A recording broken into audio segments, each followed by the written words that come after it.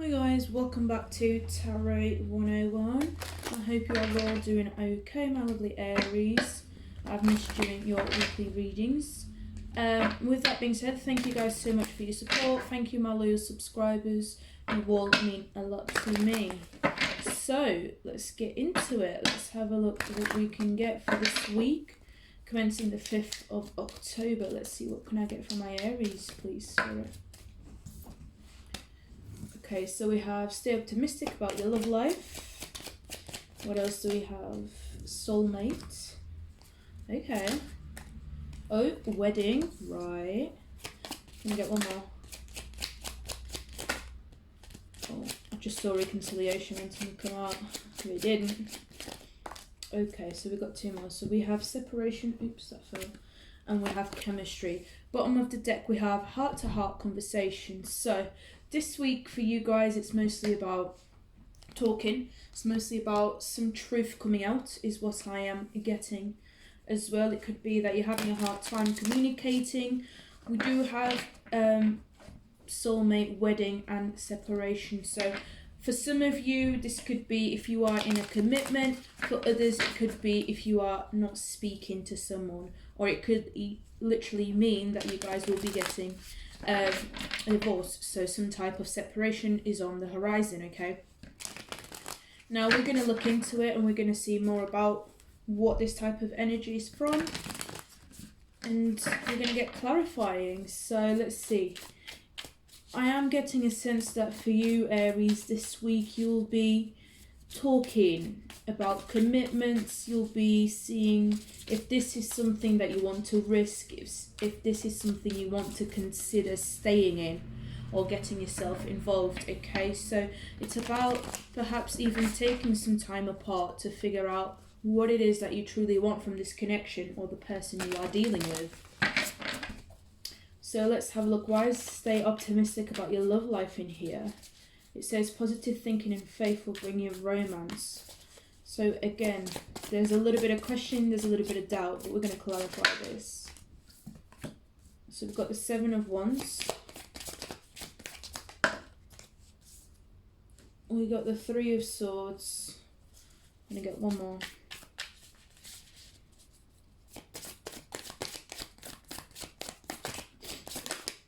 And we have the 6 of Wands in reverse. So this for me talks about internal struggles. This talks about challenges. Okay, it could be that for some of you, you're still healing. You're still trying to look at different aspects of your life that you need to find closure on.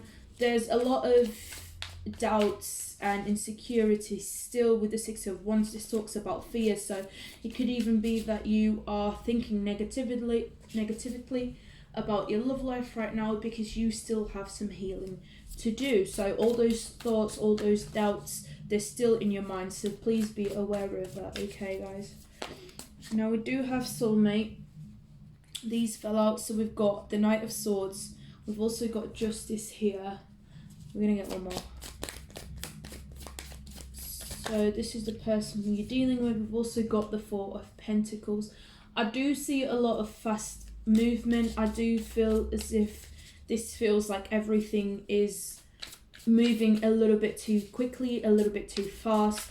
However, I do see that there's two sides to this story, so just be careful at the pace that you guys are traveling with. I know Aries, we can be impulsive sometimes, so we can just be hot-headed and we go with the moment, we go all in or nothing. But again, with that Justice, it's all about finding balance and the right pace. So not going too quickly, not rushing into things, but not taking things too slowly either. So I do sense that for many of you Aries, you do need to open up. You do need to give again to find that stability, to find that balance. So if you're expecting to receive, you also will be needing to open up and give, okay, towards the other person. Now obviously the energies can be vice versa, so feel free to apply them as you wish. Okay, we do have wedding here, so this situation involves marriage. What about this marriage? What is this? So we've got the Magician in reverse.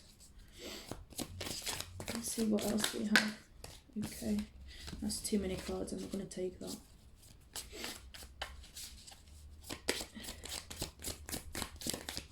we have the Two of Swords, and then we have death and rebirth. For many of you, this is something that you're struggling to accept in terms of change. Okay, there's a really big transformation, so it could be that you are wanting a commitment, but the question I ask is, are you really ready for that commitment? Are you ready to be able to dive deep? Are you ready to actually be able to take this sword off with the Two of Swords here? So it talks about making that decision. It talks about taking that leap of faith. But sometimes we like to rush into things. We like to kind of just dive head first. There is a sense of unfocused or blocked creative energy here with the Magician in reverse, okay? So it could even be that you're questioning this. Is this the right commitment? Am I able to do this? For some, I would say this is mostly to do, again, with healing past issues. So do the work on yourself, work on the shadows aspect, okay? So you're able to have this commitment, so you're able to have a healthy relationship with healthy boundaries in place, okay? Allow this transformation to come into place. Allow yourself to transform and to change into a better version of yourself, okay? Get out of this Two of Sword energy, because when we become stagnant, we become confused, there's a lack of direction, there's a lack of movement. So it's talking about having that sense of freedom and freeing yourself from all these boundaries and all these this self-negative talk that we sometimes find ourselves in. So why is separation here? Let's have a look. Why is separation here? Okay, so we've got the Queen of Wands, we've got the Devil. I'm gonna get one more. And we have the Knight of Cups. So for many of you, it could be that you've separated, or you need some time apart to find your own creativity, to work through your karmic lessons, to work through your cycles. I do feel for many of you there was a toxic person that you were dealing with. Okay, we've got the Knight of Cups here along with the Devil. So there are still attachments that you feel stuck to. So again, it talks about breaking those chains, releasing yourself from those burdens, allowing the weights that's been pulled up on your shoulders to just fall and release all of that too. And just get your creativity back. I do sense there's a lot of blocked creativity. I do sense there's a lack of passion, a lack of initiation in terms of wanting to move forward, okay? And there's been a lot of restrictions and limitations. So this week for you, mostly in love areas, it's all about breaking free. It's all about healing. It's all about allowing yourself to transform and getting out of these bad past patterns or cycles even that you used to find yourselves in. Now we do have chemistry here, and with this soulmate as well, there's a need to balance. But let's look at this chemistry and let's see what this is. So why is chemistry here? Who is this person? Who's my Aries dealing with? Okay, so we've got Temperance in reverse, the Empress in reverse,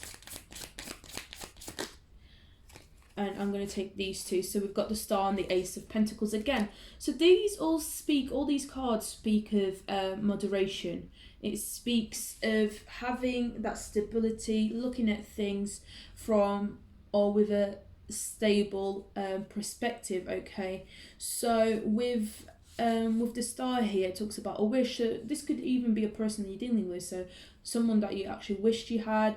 They had the qualities, they had everything you desire. They bring you stability. There is a very secure offer here, okay? So it could even be that they're giving you more than you actually asked for, or they're giving you everything you asked for, but you know, it's triggering you into seeing all the shadow aspects or the little bit left that you still have to deal with, that you still have to heal. But again, you know, for that soulmate to actually come in, for you to create those healthy boundaries and break free from all these toxic cycles, you need to allow yourself to open up. You need to allow yourself to give, okay, and be open to receiving. Because I know sometimes it can be a little bit difficult, especially when you've always been used to giving all the time, but this time, you know, the universe has blessed you with something that you've actually wanted, with something that you asked. The question is, are you ready to receive that? Are you opened up? Are you ready for that transformation? Excuse me, guys. So we do have heart-to-heart conversations. Bottom of the deck, we've got attraction and we've got playfulness. So this speaks about, again, just laying your cards on the table.